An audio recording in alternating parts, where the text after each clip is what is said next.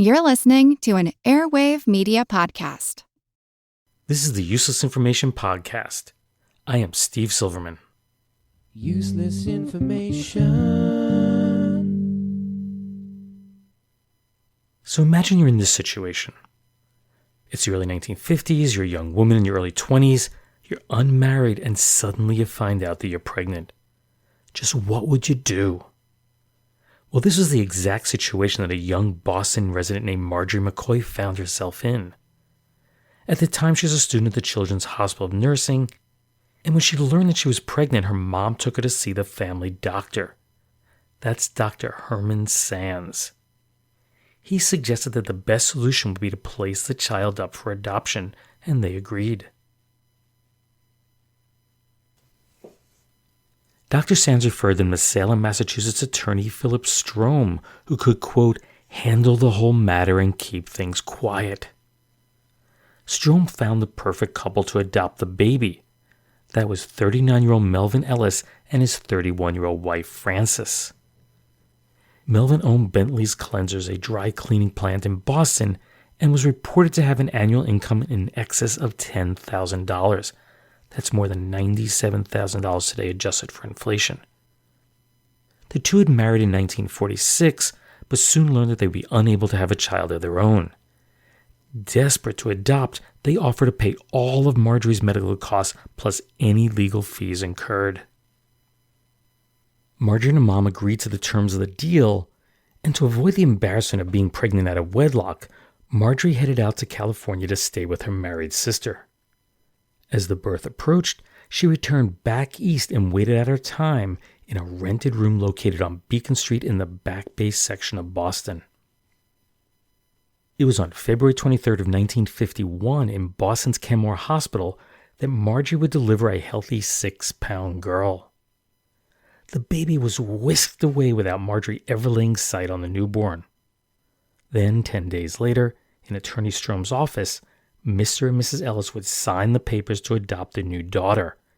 She was named Hildy. Next, Dr. Sands took the papers to Marjorie and she added her signature to them.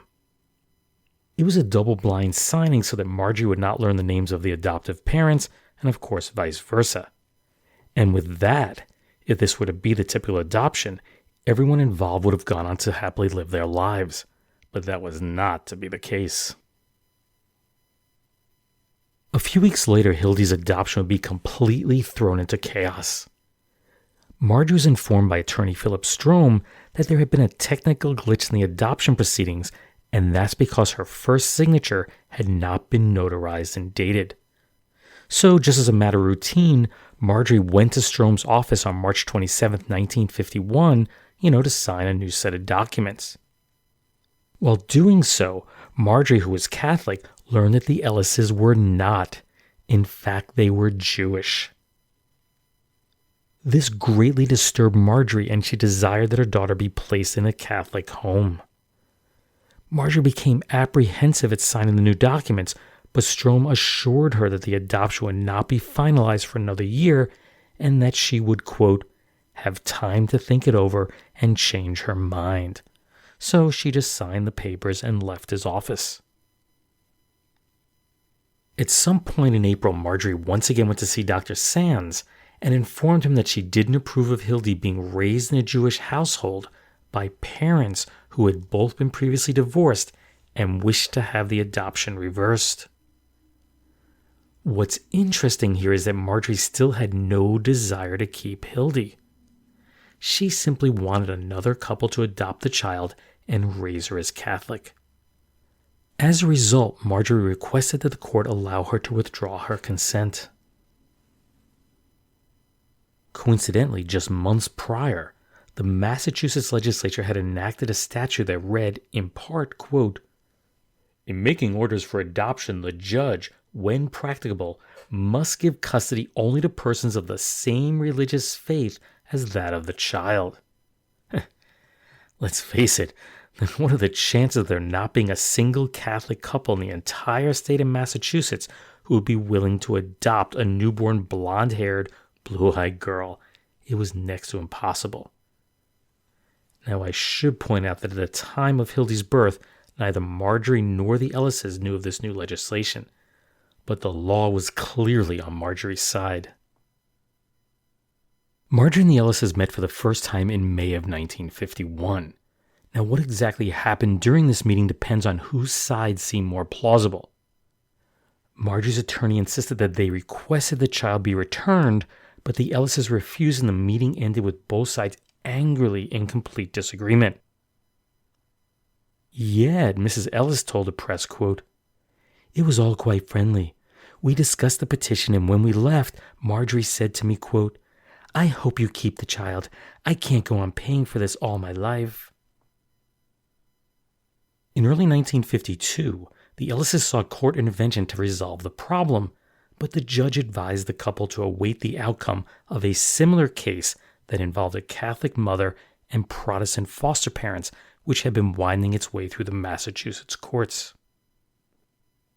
In June, this particular case was decided in favor of the adoptive couple, so the Ellises took this as a good sign that they would prevail in court. Now, a little side note here. Hildy's real father was a Protestant, not Catholic, but for some reason the couple had no desire to marry. It wouldn't be until June of 1953 that the case would finally be heard by Dedham probate judge James F. Reynolds. This would be the first time that Marjorie McCoy would see her daughter Hildy, and after a 4.5-day hearing, Judge Reynolds ruled against the Ellises. He determined to be in Hildy's best interest that the adoption was nullified and the child returned to Marjorie McCoy so that she could place her with the Catholic Charitable Bureau, to be readopted. Needless to say, the Ellises were in deep shock. Hildy was now 2 years old, and the couple was the only parent she had ever known.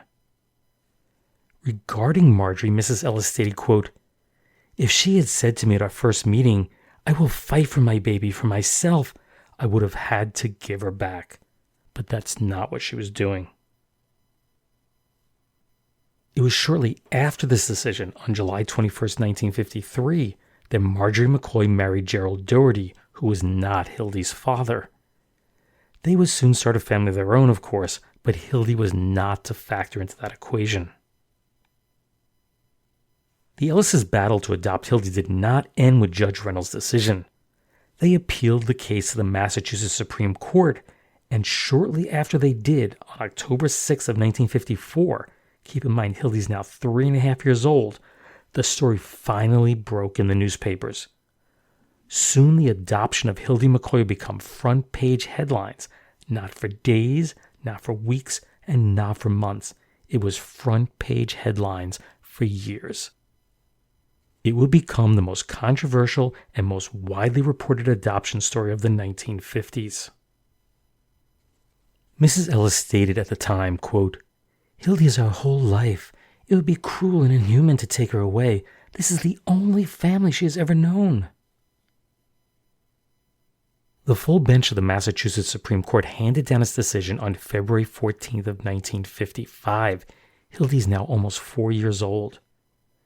They upheld Judge Reynolds' ruling and ordered that the Ellises return Hildy to her natural mother.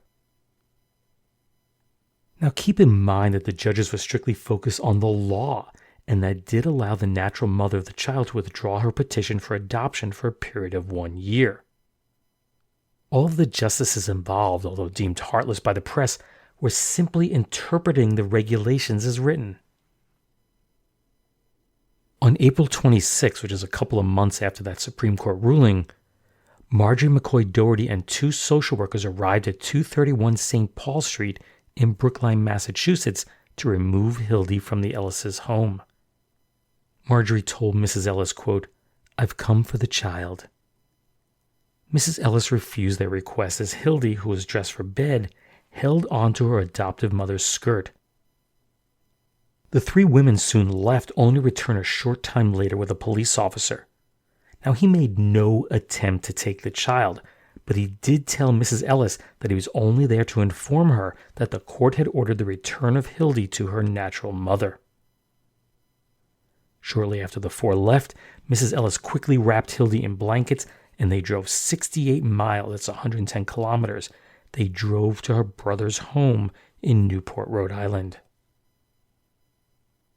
2 weeks later, on May 11th, the Ellis' attorney, this guy named James Zisman, requested that the Massachusetts Supreme Court issue a stay of execution on Judge Reynolds' decision. Zisman stated, quote, "It would be a sad situation, a tragedy to uproot this child from its present surroundings and send her to an institution." He continued, "Mr. and Mrs. Ellis will take this child to the Catholic Church and bring her up in the Catholic faith. Their love for this child is so great that they would bring her up under the supervision of the local Catholic priest, send her to a parochial school, even place her in a convent where she would come home only on weekends." The court declined this request. Now, the Ellises may have lost the case, but they were not about to turn over Hildy without a fight. They continued to ignore the court order requiring them to return Hildy to her natural mother, so on Wednesday, June 15th, Judge Reynolds had finally had enough. He set a deadline for Friday at 2 p.m. for the Ellises to turn over Hildy McCoy. If they failed to do so, the couple would be placed in jail. He stated, quote, "The mother's been trying to get the child back into her possession since the child was 6 weeks old. If these people had turned the child over to the mother, then they would not have become so attached to her." Well, the very next day, that's June 16th of 1955, Supreme Court Justice Harold B. Williams issued a stay of execution of Judge Reynolds' court order, and he scheduled a hearing for June 22nd. After that, on June 28th, the Supreme Court dismissed the couple's petition, and they ordered that Hildy be turned over to her natural mother within 24 hours, or they would, quote, "go to jail." Well, as you can probably guess, that date came and went. The Ellises were just nowhere to be found. They basically had gone into hiding. In a phone interview with a reporter, Mr. Ellis stated, quote, "I'm scared stiff of jail, but I'm like any other father when they take his child away." He added, "We'll fight to the finish, hoping that we can have Hildy, or at least the mother will take her into her own home instead of a foster home. I don't know what we'll do." In the meantime, Attorney Zisman once again approached the Massachusetts Supreme Court. This time he argued that Judge Reynolds had acted improperly by ordering the arrest of the Ellises without a proper hearing. The couple was granted a 2-week delay while the lower court's ruling was being reviewed. But that delay wasn't about to stop Judge Reynolds. He simply was growing tired of all this stalling. While his order to have the Ellises arrested may have been placed on hold for 2 weeks, that decision really had nothing to do with Hildy herself. So on July 9th, he ordered that the sheriffs in all the Massachusetts counties find Mr. and Mrs. Ellis and take Hildy into custody.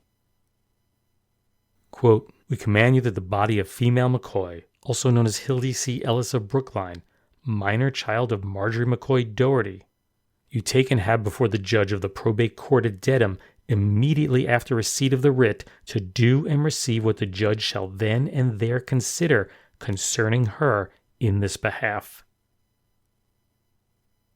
On July 18th, Attorney Zisman filed 6 new petitions with the Norfolk Probate Court claiming that Marjorie had given false testimony and that she had, quote, "deliberately imposed a fraud upon the court." Basically, 2 nurses who had spoken with her at the time of Hildy's birth signed affidavits claiming that Marjorie was fully aware from the very beginning that the Ellises were Jewish. Nurse Jessie C. Santoro said that Marjorie had asked her to go check out the people and, quote, "let me know what they're like."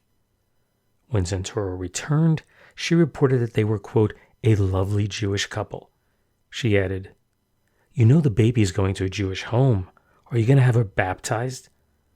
To this, Marjorie replied, "My only concern is to get this thing over with and get my own life straightened out."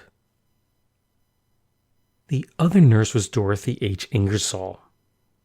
She told of how she took the baby to Marjorie's bedside the day after Hildy was born, and Marjorie quickly turned her head away and would not look at the newborn. Miss Ingersoll then stated, quote, "Your baby is going to Jewish people," to which Marjorie replied, "What's wrong with that?"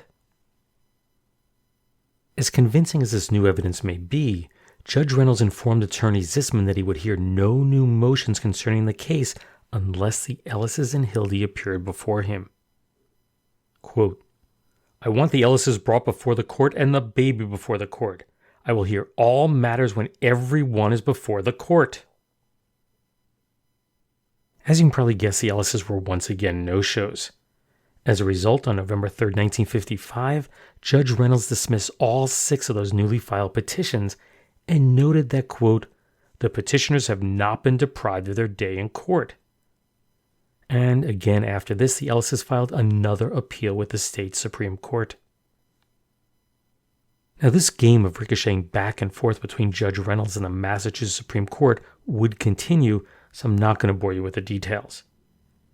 In total, 22 different appeals were filed, and they were all denied by the state Supreme Court. Their last decision was handed down on September 28th of 1956. The last legal door had been shut on the Ellises. The couple now legally had no choice but to turn 5.5-year-old Hildy over to her natural mother, who would in turn put her up for adoption. The only problem in this plan was that no one had seen the Ellises. They hadn't been spotted since the day when Marjorie and the 2 social workers showed up at the Ellis home. 17 months had since elapsed. Were they still in Massachusetts? Were the Ellises even still in the United States? Just where were the Ellises? While we wait to find out where they were, let me just tell you that a big legal change occurred in March of 1957. That was when Massachusetts Associate Justice Edward A. Cunahan concluded that the Ellises had committed the crime of kidnapping, and an indictment was handed down. Well, not long after this, Melvin Ellis made the mistake of trying to purchase a new car in Miami Beach, Florida. Since he was trading in his old vehicle, the dealer made a routine check to confirm that there were no liens on the car. That's when the Massachusetts Registry of Motor Vehicles informed the dealer that the couple was wanted on a kidnapping charge. At approximately 2 p.m. on Friday, March 15th of 1957, Ellis arrived at the dealer to pick up his new car, unaware that a trap had been set. Shortly after walking into the dealership showroom, he was approached by 2 officers and, of course, taken into custody. Ellis was then escorted to Miami Police Headquarters, where he was fingerprinted, his mugshot was taken, and of course he was placed into a jail cell. A short time later, a detective went to the Ellis' Normandy Isle apartment and arrested Mrs. Ellis. Now, neither would have to spend very long in custody. Their Florida attorney, a new character in the story, their Florida attorney Benjamin Cohn quickly arranged for their release without bail, and a hearing was set for the following Monday. So at that hearing on March 18th of 1957, Massachusetts State Police Detective Lieutenant William H. DeLay requested that the Ellises be held on $5,000 bond, but the magistrate once again opted to release the couple into the custody of their attorney, Cohen. Mr. Ellis told the press, quote, "Never once during all the courtroom proceedings in Massachusetts did the court ever consider Hildy's welfare. I don't care if I go to jail. The main thing is the girl's happiness, and she wouldn't be happy in a Catholic orphanage and any other kind of orphanage." He continued, "We are not criminals. We have not done anything wrong. We just want our girl. We are not running anymore. This is a last stand, a final battleground for Hildy's life and her future. We do not want this sword hanging over us." The couple had been in hiding for nearly 2 years, so just where were they all this time? Well, first, as previously mentioned, after Marjorie and the 2 social workers arrived at the Ellis' home on April 26, 1955, Mrs. Ellis and Hildy went to Newport, Rhode Island. They would stay there for 3 weeks. After that, they went to stay with friends in Sharon, Massachusetts. And then, for a short period of time, they did return back to their home in Brookline, but they went back into hiding when the couple was ordered to turn over Hildy or risk going to jail. From there, they proceeded to Tuckahoe, New York, and then they moved on to a 5-week stay with relatives in Levittown, Pennsylvania. Next was White Plains, New York, followed by a 6-month stint in Manhattan, and finally a short stay in Scarsdale, New York. Finally, in April 1956, the couple decided they needed to move out of the northeastern United States. It was at that point the couple headed for Florida. They moved into their Normandy Isle apartment in May of 1956. As for employment, Melvin Ellis was forced to sell his lucrative dry cleaning business. At the time of his arrest, he was working as a traveling salesman for a New York clothing firm, selling both sportswear and lingerie. Hildy was enrolled as a first grader in the private Lear School in Miami Beach. The battle to return Hildy, Francis, and Melvin Ellis back to the state of Massachusetts had begun. In one corner, you had public opinion, which overwhelmingly supported allowing the Ellises to adopt Hildy. In the opposing corner, there was the state of Massachusetts. They sought their immediate return so the various court decisions could be executed. It was estimated that the governor of Florida's office received 10,000 letters, telegrams, or signed petitions from people who opposed the extradition of the Ellises. In comparison, an estimated 100 letters were received expressing their belief that they should be extradited back to Massachusetts and that Hildy should be returned to her natural mother. Many others expressed their opinions by writing to the local newspapers. Here's just a small sampling, and I mean very small sampling. There were a lot of letters. Here's a small sampling of these letters to the editors. On April 5, 1957, Anthony Cook wrote to the Miami Herald, quote, "Evidently you didn't bother trying to find the facts in this case, or you deliberately withheld them in order to create sympathy toward the Ellises." He continues, "The Ellises illegally obtained the child from Dr. Herman Sand and also paid him a large sum of money for the favor, in spite of the fact that Dr. Sand promised Marjorie McCoy, the child's real mother, he would make sure the child be placed in a Catholic home." A letter simply signed "A Mother" appeared in the April 8, 1957 publication of the Miami Herald. Quote, "Think of the scars that would be inflicted permanently if Hildy were separated suddenly from all the love and security she has known for years. There is more to motherhood than the act of conceiving." The letter continues, "We are all talking tolerance. Why don't we practice it? Let this Jewish couple bring up their child as a Catholic. I cannot believe in my heart that any religion would willfully gamble a helpless child's chance for happiness." And finally, we have a letter that's simply signed LMK and appeared in the May 3, 1957 issue of the Brooklyn Daily.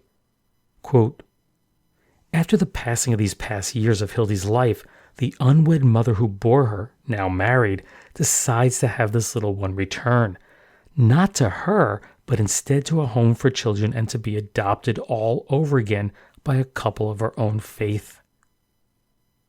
To make this little one an actual pawn, a chess piece to be moved hither and yon on the board of living, is not a sporting or good game, but it is a crooked and an absolute steal."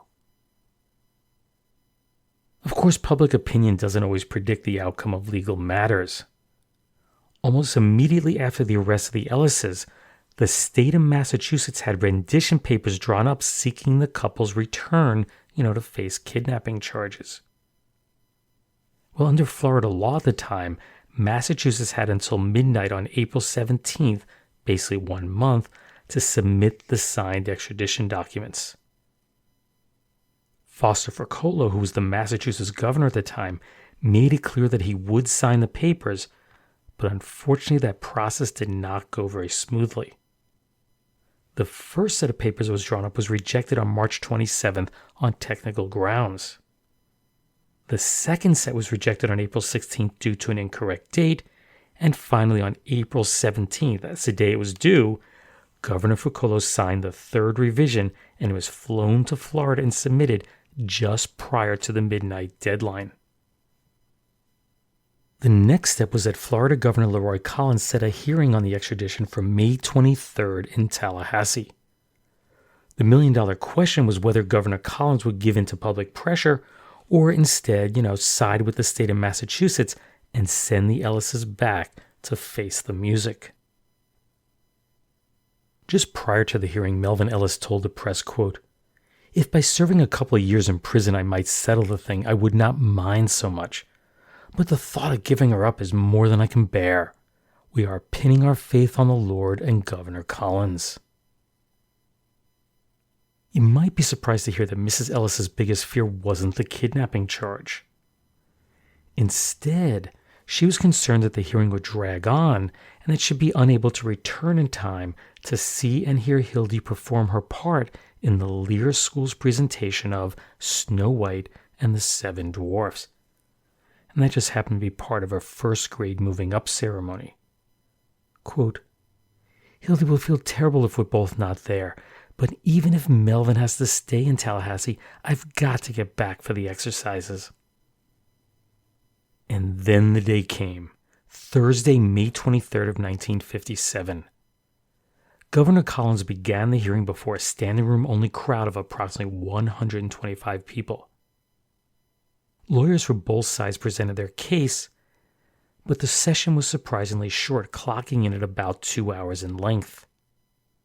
Governor Collins said that he based his decision on both legal and humanitarian grounds. He granted the Ellis' Florida sanctuary, and he refused to honor the extradition request from Massachusetts. Reporters questioned Mrs. Ellis shortly after the decision. When asked how she felt, she replied, quote, a little numb.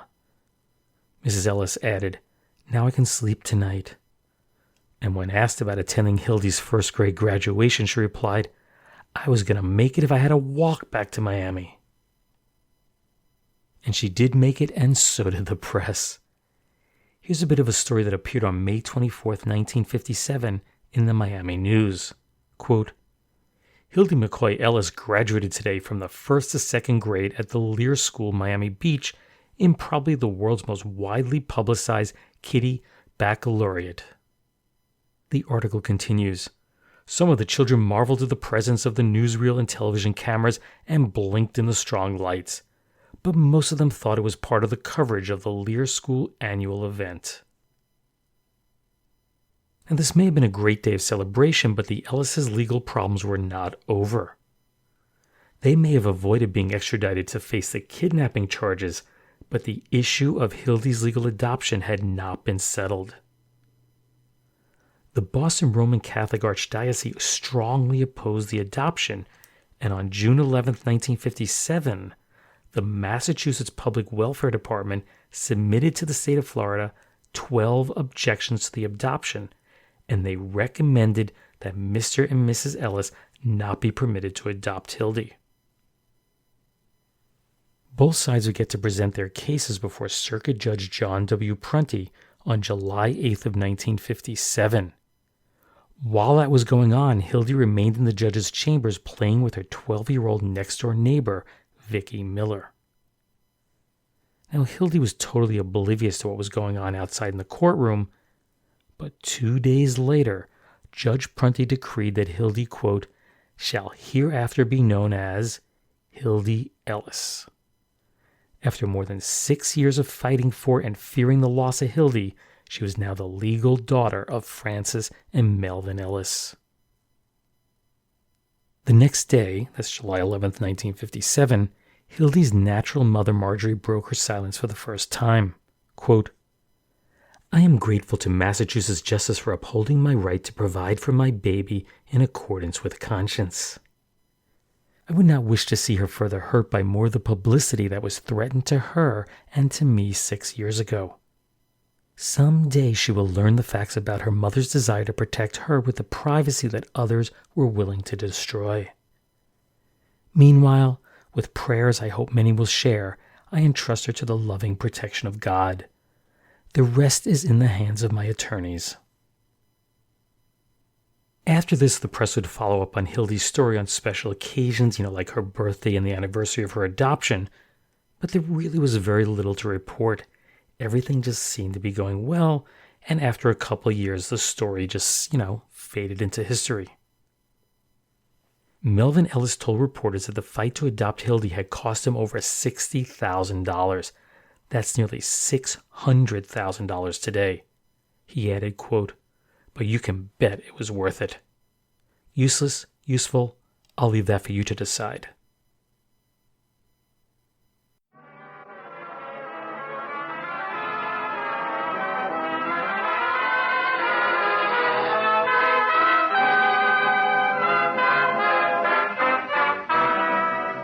And so the case takes a baffling turn for Mr. Keene, tracer of lost persons. Meanwhile, thousands of girls who suffer the heartache of being unpopular, clever, pretty, smartly dressed girls, have just one thing to blame: teeth that rob them of charm when they smile. Thousands of men whose livelihood depends on selling themselves to others have the same weakness of appearance to blame. They don't know it or notice it, but the people they contact do. You may or may not be one of those people. But if you have the slightest suspicion that you are, try the new Colonos toothpaste, a high-polishing toothpaste. You'll find Colonos helps remove those dingy, unattractive surface stains from your teeth, brings out all the natural luster and brilliance that adds so much to your smile. Start using the new Colonos tonight. Remember, it's a high-polishing toothpaste. You can get Colonos, K-O-L-Y-N-O-S, Colonos toothpaste at any drugstore. Now back to Mr. Keene as he returns once more to the home of Jimmy's parents. That commercial for Colonos toothpaste is from the February 10th, 1944 broadcast of Mr. Keene, Tracer of Lost Persons. This particular episode was titled The Case of the Boy Who Used Big Words. Now, the show consisted of a kindly old gentleman, that's Mr. Keene, and his assistant, an Irishman named Mike Clancy. Seems appropriate. And the two of them would just track down people who had mysteriously vanished. Mr. Keene, Tracer of Lost Persons, basically tells you exactly what the show is about. Now, the show premiered on NBC's Blue Network on October 12, 1937. Then, in 1942, which is right around the time that NBC was forced to divest of their Blue Network, which became ABC, the show moved to CBS. So I can't help but wonder if that's what triggered that move. Its last radio broadcast was on September 26, 1955, completing a nearly 18-year run on radio. As for Colonos, the toothpaste was created by two dentists, not one. The first was a guy named Newell Sill Jenkins. He was an American dentist living in Europe, and he formulated a porcelain enamel which allowed for the creation of porcelain inlays, crowns, and bridges. Those things that are really costly. But as a result, he's considered to be the father of aesthetic dentistry. The other man was Willoughby Miller, another American dentist. Miller is credited with being the first oral microbiologist. In 1890, he proposed a still valid theory that the fermentation of sugars by oral bacteria in your mouth produce acids that resulted in tooth decay. The two went on to develop Colonos, the first toothpaste to contain disinfectants. The name is derived from the Greek, and I know I'm going to mispronounce these, the Greek kolio, which is disease, and nosos, which is prevention. After 17 years of development and clinical testing, Jenkins retired and he turned his toothpaste formulation over to his son, a guy named Leonard A. Jenkins, and he is the one who's responsible for bringing it to the mass market. The first tubes of Colonos hit the market on April 13th of 1908, and it was an immediate success. By 1937, Colonos was being produced in 22 countries and distributed in 88 countries. Now, Colonos is basically non-existent in the United States today, so you might be surprised to learn that Colonos was purchased by Colgate-Palmolive in 1995. The purchase price? $1. No, I'm just kidding. The purchase price, you're going to love this, $1.04 billion for a product you can't find in the United States. That's because the product had incredibly strong sales overseas, particularly in what we call Latin America. At the time of its sale, Colonos was the best-selling toothpaste in Argentina, Peru, and Paraguay. In Brazil, Colgate already had the number one selling toothpaste, and Colonos was number 2. So due to antitrust concerns, Colgate-Palmolive agreed to suspend marketing Colonos in Brazil for a number of years. But they had a simple workaround to this agreement. They simply took the Colonos, maybe changed the formula slightly, but basically kept it intact, rebranded it Suriso, I'm not sure I'm pronouncing that right either, sorriso, which is Portuguese for smile, and they created packaging nearly identical to Colonos. And of course, by doing this, Colgate-Palmolive was able to keep their Colonos market share. So sitting on my desk right now as I record this is a red delicious apple. And on it is a little sticker with the number 4016 on it. So here's a question for you. And it's really just a very general question. What do the 4 and 5-digit numbers on produce mean? I mean, do they mean anything? Well, hang around for a bit and I'll let you know the answer at the end of this podcast. In other news, here are a few stories that I found, interesting. Our first story is dated October 30th of 1931. It was reported that 80-year-old Llewellyn Hall had slumped over in a rocking chair inside of his Cleveland, Ohio home. His wife Emma checked for a pulse but could find none. So she contacted the police rescue squad who raced to the scene, but they were unable to revive Llewellyn. On the way to the morgue, the crew stopped at the hospital so they could obtain an official death certificate. Physicians there confirmed that there was no heartbeat, but they opted to try a stimulant to see if they could possibly revive Llewellyn. Suddenly his eyelids began to blink, and the doctors proceeded to apply artificial respiration, and Llewellyn was able to sit up. He told the doctors, quote, "I guess I must have been out for a while." The police were kind enough to drive Llewellyn back home. Upon arrival, he was surprised to find that mourners had already arrived to offer his wife their condolences. As soon as his wife Emma laid eyes on her husband, she fainted. Llewellyn, the supposedly dead man, had to help revive his wife. Our next story, which is dated September 2nd of 1956, has to do with the early days of long-distance learning. And this is actually quite timely considering so many schools in this country and around the world are closed due to the pandemic. So Pittsburgh, Pennsylvania's educational television station, that's WQED, which of course would later be the home of Mr. Rogers' Neighborhood, well, WQED joined with local boards of education to experiment with teaching French, reading, and arithmetic via television. And this is quite revolutionary for 1956, if you think about it.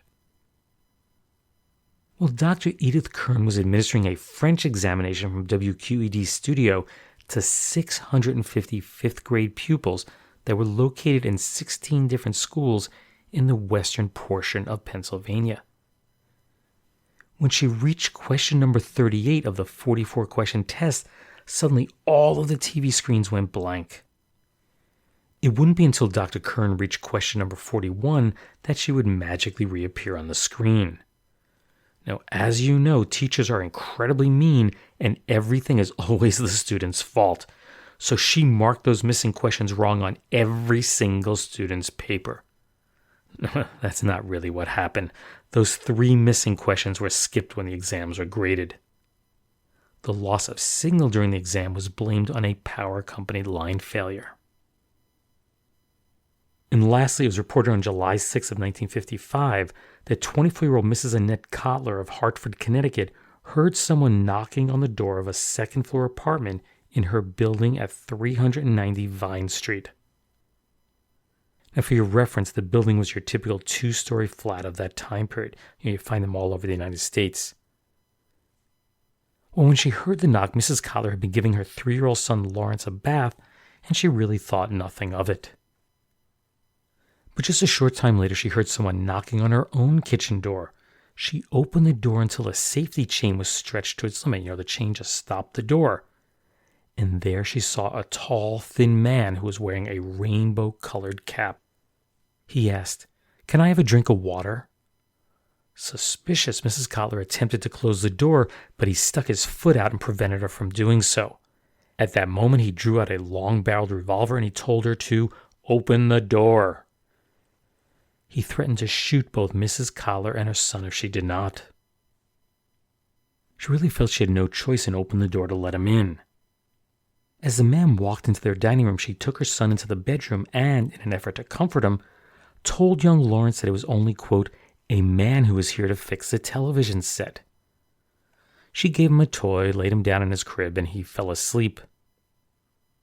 After that, the robber demanded money, to which Mrs. Cotler replied, quote, "I don't have any." He asked, "Where's your pocketbook?" as he proceeded to open every drawer in the house to search for money. Mrs. Cotler gave the bandit $3 in bills that she had in a kitchen cabinet, but he didn't take the change that was also in there. He also demanded that she take off her wedding ring, but she refused. She told him that if he got any closer, she would scream. She estimated that the robber was in the apartment about 15 minutes before leaving.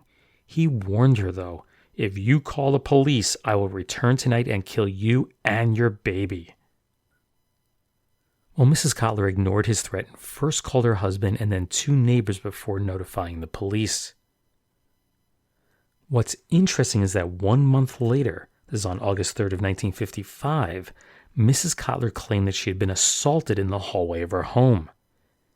This time she claimed she had gone shopping with her mother, Mrs. Sadie Gipstein, and she had parked the car outside with her mother waiting inside the vehicle.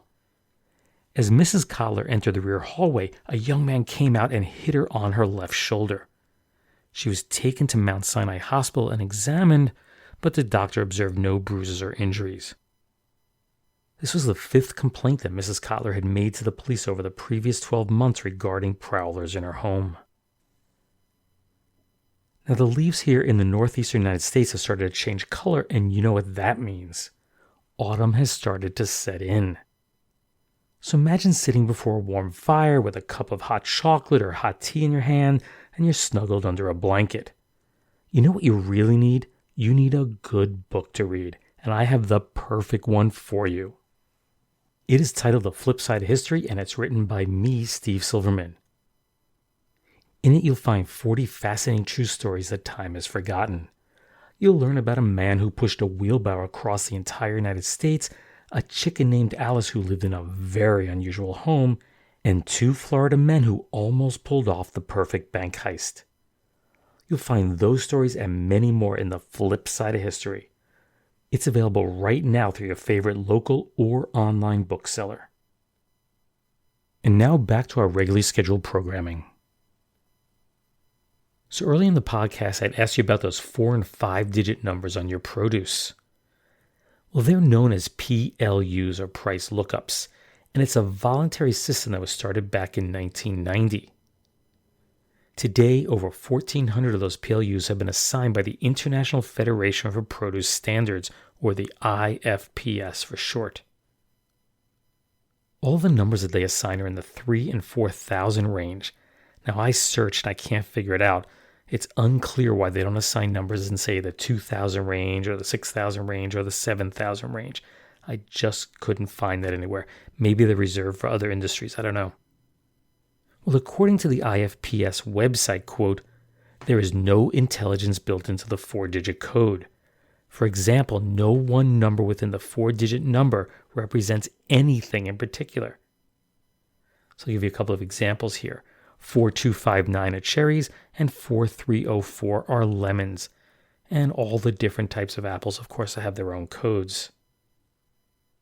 There are some ranges of numbers that are reserved for retailers to assign. For example, 3170 through 3270 and 4460 through 4469, they can be used by the retailer for any commodity that they wish. Now, if you look carefully at the numbers on your produce, you may notice that some of the labels have 5 digits and not 4. That's because a 9 may be placed in front of the number to indicate that the produce was organically grown. For example, the typical yellow banana is code number 4011, so organic bananas would be 94011. Now, I do need to point out that it's been misreported over and over again, and it's all over the internet, that if you see an 8 as a leading number, it means that the produce has been genetically modified, a GMO. Well, that was the original plan for the number 8, but it's no longer true. It turns out that the growers never used the number 8 convention in a retail setting, so it has since been dropped. And since there's only a limited number of codes in the 3,000 and 4,000 range, with the bulk of them already in use, the plan is to expand to a 5-digit number beginning with the number 8. So let's suppose someday in the future you breed the most amazing apple that anyone has ever tasted. Let's call it the stupendous apple. Once you pay your licensing fee to the IFPS, they may assign the stupendous apple a 5-digit number that reads something like 83216, but it is not a GMO. As for the stickers themselves, they are required to meet all national and local regulations for food safety. Basically, that means that the adhesive, the ink, the paper, the plastic film that is used, it must all be safe for direct and indirect contact with food products. I think it goes without saying that the labels should not be eaten, although I did have a student years ago who never took the labels off and he simply ate them with his fruit. I bumped into his sister a while back and she told me that he's doing well and that he's the father of 2 children, so clearly the labels had no effect on him, although I heard that his kids do glow in the dark. Well, that brings another episode of the Useless Information Podcast to a close. I do hope you found the story on the adoption of Hildy McCoy interesting. I know I certainly did. If you're curious, that restrictive Massachusetts law that required adoptive children be placed with families of the same religion, well, that was modified in 1976 to allow the judge to consider, quote, all relevant factors. Just a gentle reminder to be sure to sign up for my Twitter feed. It's @UselessInfoCast. That's @UselessInfoCast. And that'll allow you to be among the first to know when a new episode is released. Also be sure to like the show on Facebook. You can just do a quick search for the Useless Information Podcast there and it should pop up. I just wanted to let you know that Amazon recently launched their own podcast service, and you can find the Useless Information Podcast there, as well as, of course, on Apple Podcasts, Google Play, Spotify, TuneIn, or wherever you listen to your favorite podcasts. Anyway, thanks for listening, and I hope you tune in the next time. Take care, everyone. Bye.